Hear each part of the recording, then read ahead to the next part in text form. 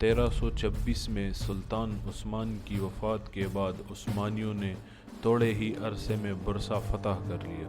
اورحان غازی کے سردار بنتے ہی انہوں نے اپنے بھائی علاءالدین پاشا کو وزیر اعظم منتخب کر لیا، جو کہ عثمانیوں کے پہلے وزیر اعظم مانے جاتے ہیں۔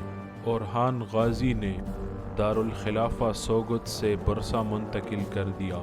انہوں نے وہاں پر نئی عمارتیں، بازار بنوائے، جس سے برسا تجارتی مرکز بن گیا۔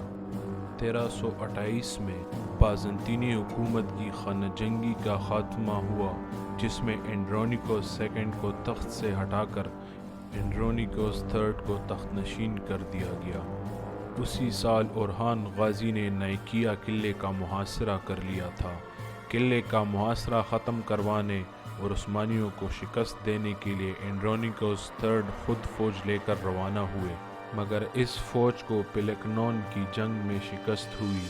1331 میں نائکیا کے فتح کے بعد عثمانیوں نے نکومیڈیا کو فتح کر لیا۔ انہی معرکوں کے دوران اورحان کے بھائی علاءالدین پاشا نے اورحان کے نام کے سکے جاری کر دیے اور پہلی باقاعدہ عثمانی فوج تشکیل دی، جس کو یایا انفینٹری کہا جاتا تھا۔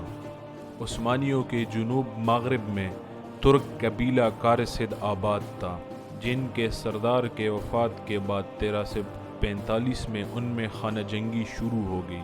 خانہ جنگی ختم کروانے اور امن قائم کرنے کے لیے سلطان اورحان نے کارسدز کو عثمانی سلطنت میں شامل کر لیا۔ 1341 میں اینڈرونیکوس تھرڈ کے مرنے کے بعد ایک بار پھر بازنطینی سلطنت میں خانہ جنگی شروع ہو گئی۔ اس خانہ جنگی کے دوران سربیا اور بلغاریہ نے بازنطینی سلطنت کے کئی علاقہ فتح کر لیے۔ 1347 میں جان سکس تخت نشین ہوئے۔ بلغاریہ اور سربیا کا مقابلہ کرنے کے لیے انہوں نے اورحان کی طرف دوستی کا ہاتھ بڑھایا۔ اس نے اپنی بیٹی تھیوڈورا کی شادی اورحان سے کروا دی۔ 1352 میں اورحان نے جان سکس کے مدد کے لیے 10,000 گھڑ سوار بھیجے، جو کہ ڈیموٹیکا کی جنگ میں فتح یاب ہو گئے۔ یہ عثمانیوں کی یورپ کی سرزمین پر لڑی جانے والی پہلی لڑائی تھی۔ 1354 میں اورحان کے بیٹے سلیمان پاشا نے گیلوپولی کے کئی قلعے فتح کر لیے۔ 1356 میں اورحان نے انقرہ فتح کر لیا۔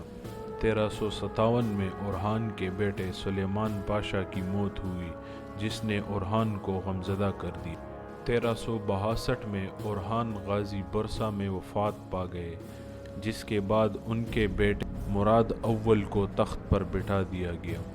اورحان غازی وہ پہلے سردار تھے جن کی قیادت میں عثمانی قبیلے نے یورپ میں قدم رکھا، اور اسی وجہ سے آنے والے عثمانی سلاطین نے یورپ میں اپنی فتوحات جاری رکھی۔